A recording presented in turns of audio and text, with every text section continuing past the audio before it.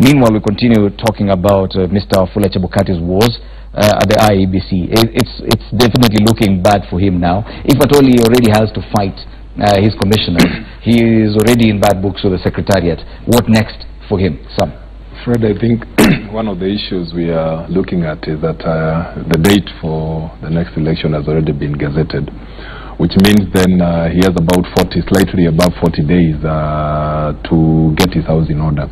Now, if he's going to spend a good part of that time fighting internal wars within the commission instead of getting ready, I think we are likely to have another situation whereby the election is contested because there are certain issues that are not likely to be in place. The other thing is, and I support that IBC, what they should have done immediately the Supreme Court gave its ruling, was actually to get together, have time to do some soul searching, look internally, look at the issues and see what are some of the challenges that we encountered even ahead of the full judgment that is likely to come and point out specific issues. What are these irregularities? What are some of the challenges we experience? And what they could do, because 40 days is not a long time, it's just a few days down the line, is actually to start getting ready, not just immediately to make the staff adjustments that is making right now, because those are likely to generate some challenges, but it's actually to think through in terms of what are the mechanisms or issues we need to put in place, get the house in order. And like I was saying, we know after the 2013 elections, IBC came together, there was an audit, and they actually reflected on the entire process. Those are some of the things they could be doing. The other thing, of course, is bringing the house together instead of actually further dividing by some of these decisions that it's making. The other thing we have to remember is that this has to be a collective decision. Even if he is a chairman, it is important that the whole team is together. So some of his moves already, they are alienating some of his staff at the secretariat level and also at the level of commissioners. And remember, there are certain very strong political interests. Some of them represented even within the commission. Some of them are known, others are not known. So being able to manage that calls for leadership, and that is actually the challenge that he is facing currently.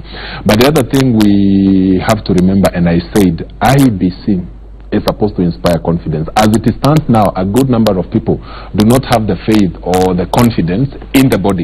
Part of what they could be doing right now is actually to show that we have a commitment to do the right thing. The other thing we have to remember, even if the judgment indicted, the process, it is that could be what we need to fix. It may not be the individuals, but certain processes that are not in place, certain mechanisms that were not followed, specific things or processes or procedures that are specified but were not addressed. He could be looking at that in the meantime as they wait, of course, for the full judgment to come, and they'll be able now to make the expected changes or adjustments. IBC had one job.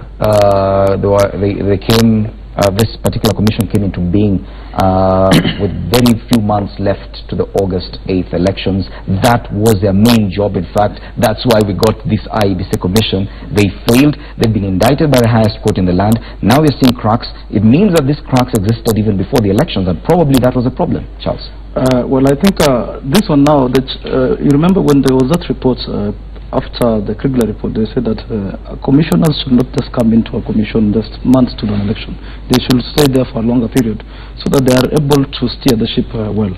And when you look at this, I don't want just to look at it as a problem. I agree that it's not just a problem of this commissioner. It is something that has been there for a while. It even involves the Kenyan people. It's a problem of trust.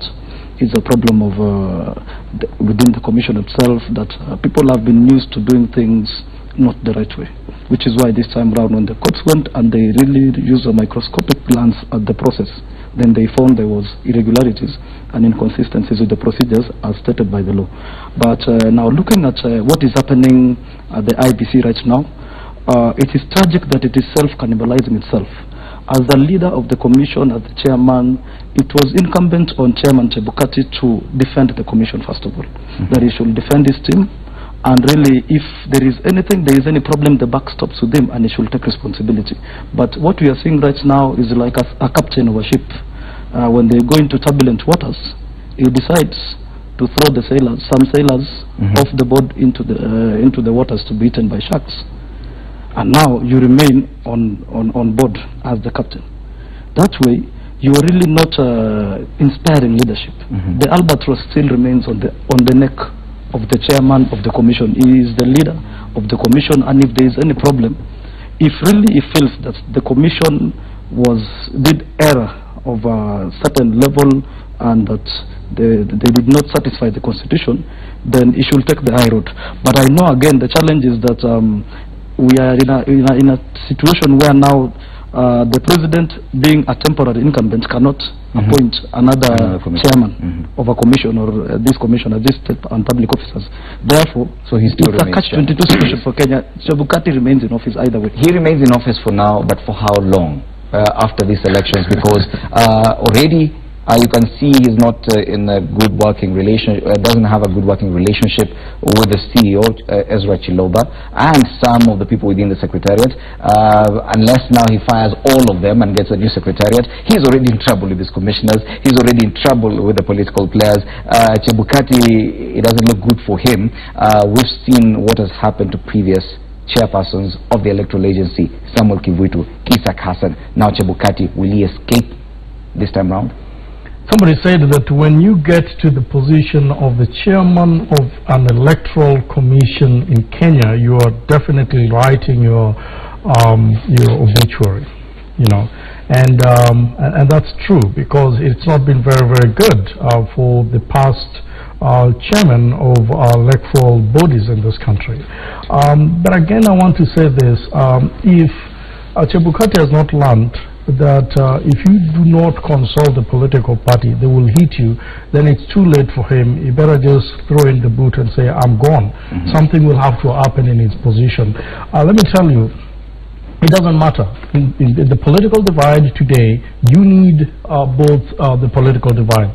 You need Jubilee and you need NASA in some decisions. And these are not prescribed in the law. For example, when to do an election, the next election, you have 60 days. What will stop you from saying, gentlemen, we have some 60 days here to do. Can we sit down and agree on this? When you involve these politicians, they will have very little to say. But when they think that they've been secluded and perhaps dealing with somebody else, then they will have a lot to hit you on. That's one. So they really need to improve in communication, and they need to improve in consulting with some of these people on things that are basically not prescribed in the law, as this is what this guy is up to do. If at all he is forced to go back on his word, if he's forced to go back on this team he has formed, if he's forced to go back on this data that they've set for the elections, it doesn't look good for him. Well, but you need to do that. We want to see them as not necessarily independent in this case. If you want, but to they need them, to be independent. They need to be independent. A trusted organization. Remember, the big issue that people have with the IBC is the trust. It's the trust, because, for example, today IBC has not even picked a document. I want to assume that they've not even picked a document of the petition that was used to trash the presidential election, to see that these are some of the areas that perhaps were pocked in our system. And if so, is it true that we did not look into these areas? And if so, how do we communicate to the public? No one is taking responsibility, for example. IBC has not taken responsibility on a single of those things. And perhaps that's where they needed to begin with, to create trust, because again we are going to an election. What we need most in this election is trust, and trust in IBC and the process itself. We need to go on a break, but before that, Dr. Sam, what next? How can he save himself from this? Because it doesn't look good. None of you gentlemen have spoken well. Actually, that's what I want to say. It doesn't look. I don't want us to take a very pessimistic outlook on IBC, because we actually have elections in the next 40 days, unless there is a change. Now, it doesn't mean that all is lost. It's still early. There are certain corrective measures that can be done. I think number one, which I'm sure he is dealing with right now, is get his house in order, get the whole commission together, get also the secretary together. You know, Fred, maybe a good place to start would have been, he has been publicly mentioned by certain political players. They say they don't have confidence in Fred Nivuli running this particular show.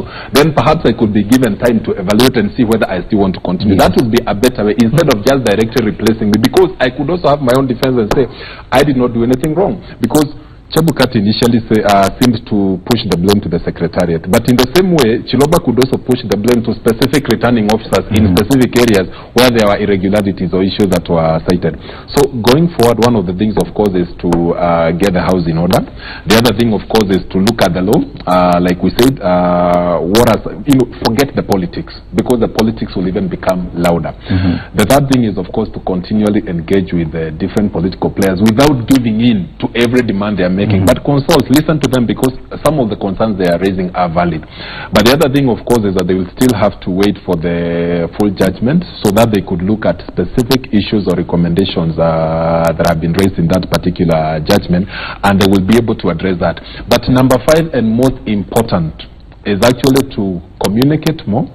Number 1, give a united front of the Commission, speak more to Kenyans, assure Kenyans that we are actually ready to conduct this election. And finally, I have to say, I saw a recent report that shows is a general trend in Africa where people do not have confidence in the electoral management bodies. So it's not that they are going to have trust 100%, but what they can do is to show and demonstrate that commitment that even if mistakes happen in the August 8 elections, we are willing to take corrective measures, we are willing to learn from the mistakes that happen, and we can actually deliver a credible election